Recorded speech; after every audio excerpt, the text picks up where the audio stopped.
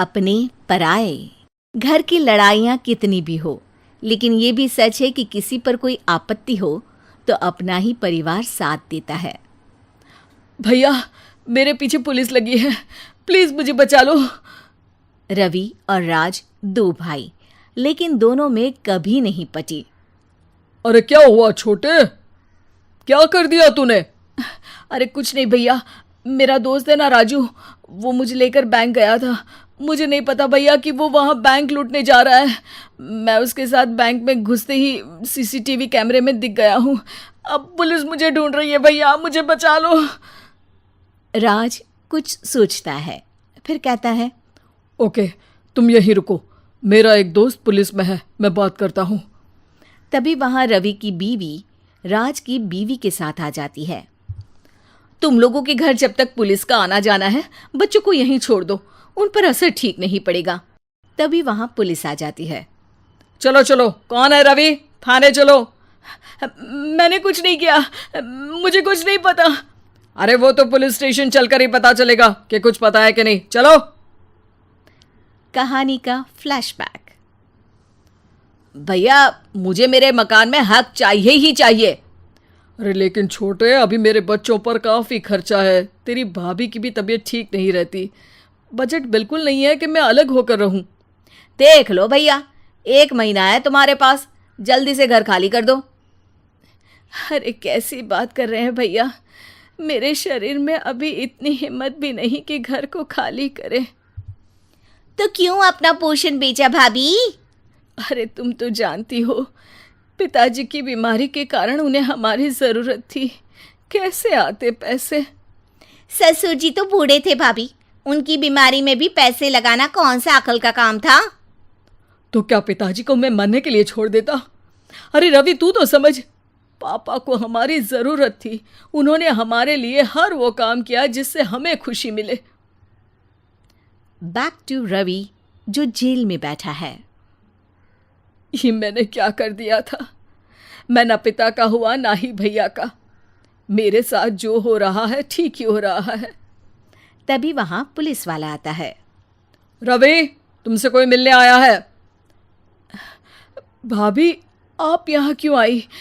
Police station है ये भाभी। भैया, आपकी जगह मेरा भाई होता तो क्या मैं नहीं आती? अच्छा, ये खाना ले लीजिए, खा लीजिएगा। आपके भैया लगे हैं वकीलों और पुलिस वालों से बात करने में, डरने की कोई बात नहीं। जब आपने गुनाह किया ही नहीं तो सज़ा भी नहीं मिलेगी। रवि भाभी को देखकर रोने लगता है। घर में साक्षी चुपचाप बैठी होती है कि तभी सोनम कहती है, अरे साक्षी, क्या हुआ, परेशान क्यों हो रही हो? भाभी, अभी अभी पुलिस स्टेशन से खबर आई है, इन्हें बड़े जेल में शिफ्ट किया जा रहा है। मैं क्या करूंगी भाभी? रो मत, हम अच्छे से अच्छा वकील करेंगे।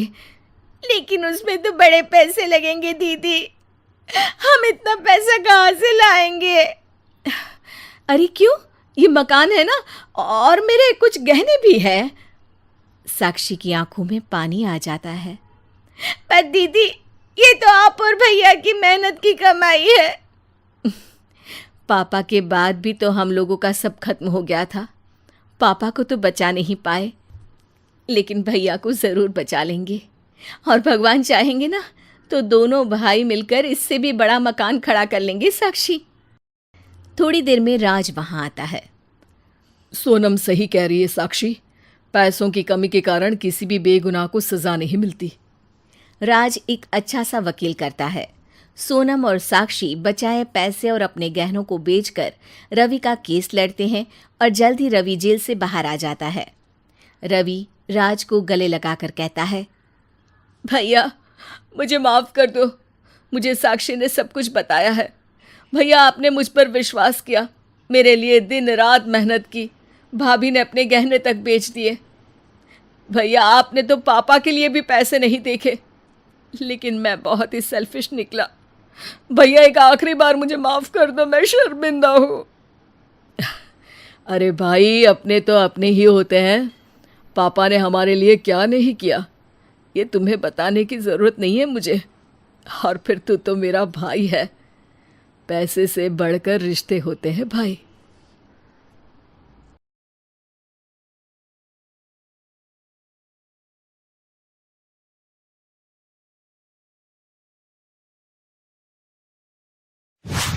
एक शाम प्राची टीवी पर सीरियल देख रही होती है। तभी उसकी सास वहां आती है। अरे सीरियल में तो ऐसे मग्न है जैसे आज रात का खाना पड़ोसी आकर बनाएंगे। मुझे पता ही नहीं था आपने अपने बेटे की शादी पड़ोस में भी की हुई है। हैं? मतलब? मतलब इस घर में सारा काम बहू ही करती है, आप तो सिर्फ खर्राटे मारती हैं। अच्छा जी, फिलहाल तो तुम आराम फरमा रही हो, चलो जाओ, ये मेरे टीवी देखने का समय है। आहा, इसीलिए मुझे भगाया जा रहा है। सॉरी, अब तो बिल्कुल नहीं जाऊंगी। प्राची की इस बात पर दोनों सास बहू के बीच टीवी रिमोट के पीछे बच्चों जैसे छीना झपटी शुरू हो जाती है, जिसके बीच श्लोक भी काम से घर वापस आ जाता है। हाँ, आज मेरी चूहे बिल्ली की जोड़ी किस बात पर झगड़ रही है? अरे तेरे बीवी मुझे टीवी ही नहीं देखने दे रही। अरे तुम्हारी मम्मी मुझे खाना बनाने के लिए फोर्स कर रही है। अरे वाह, ऐसे बेतुके रीजन पर तो बच्चे भी झगड़ा नहीं करते। अरे मुझे कुछ मत बोल, सब इसने ही शुरू किया है। हाँ हाँ, जैसे आप तो बहुत दूध की धूली है ना। अरे बस, दोनों चुप। प्राची जाओ, खाने की तैयारी करो। और माँ तुम छोड़ो, तुम्हें क्या बोलूं, शांति से अपना सीरियल देखो, मुझे दोबारा लड़ने की आवाज सुनाई नहीं देनी चाहिए। ऐसा बोलकर श्लोक वहां से चला जाता है, जिसके पीछे पीछे प्राची भी कुछ न कुछ बड़बड़ाते हुए रसोई में चली जाती है। हाँ हाँ, सासू जी को तो कुछ बोलेंगे ही नहीं, बस मुझ पर ही हुक्म चलता है, खाना बनाओ, जैसे मैं इनके घर में खाना बनाने के लिए आई हूँ। इसी तरह शाम बीतती है और रात को श्लोक और प्राची की सास खाना खाकर सोने चले जाते हैं, लेकिन प्राची गुस्से में कुछ खाए बिना काम में ही लगी रहती है। इस घर में किसी को घंटा फिक्र नहीं पड़ता, मैं खाऊं या भूखी रहूं। प्राची कुछ देर के लिए रसोई से बाहर जाती है और जैसे ही वापस आती है तो वहां दूध का भरा ग्लास देखकर हैरान रह जाती है। फिक्र पूरी है, बस दिखाना नहीं है। प्राची दूध पीकर सोने चली जाती है और अगली सुबह एक बार फिर सास बहू का कार्टून नेटवर्क स्टार्ट हो जाता है। ये तुमने ही किया है।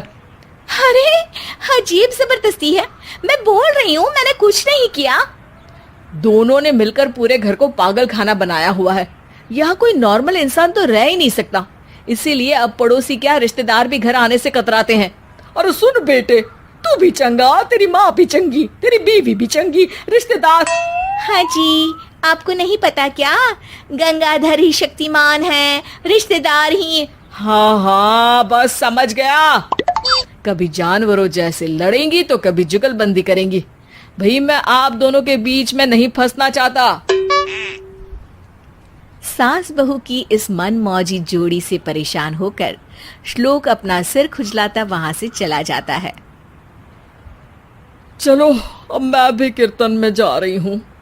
इस पर जैसे ही सास कमरे में अपना पर्स लेने जाती है तो वहां नाश्ते की प्लेट रखी देख मुस्कुराने लगती है और नाश्ता करके घर से बाहर निकलते हुए कुछ पैसे टेबल पर रख जाती है, जिसके कुछ देर बाद सिलेंडर वाला घर आता है। ओ मोरी मैया, मैं सिलेंडर के बारे में तो बिल्कुल भूल ही गई थी।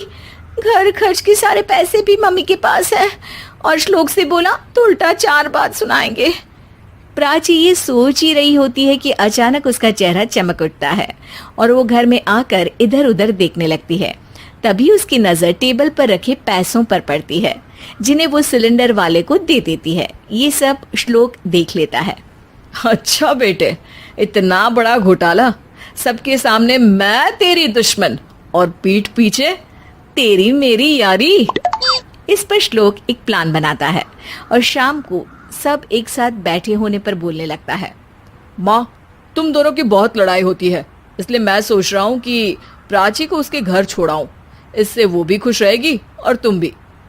अचानक श्लोक की ये बात सुनकर सास बहू शौक से उसकी तरफ देखती हैं।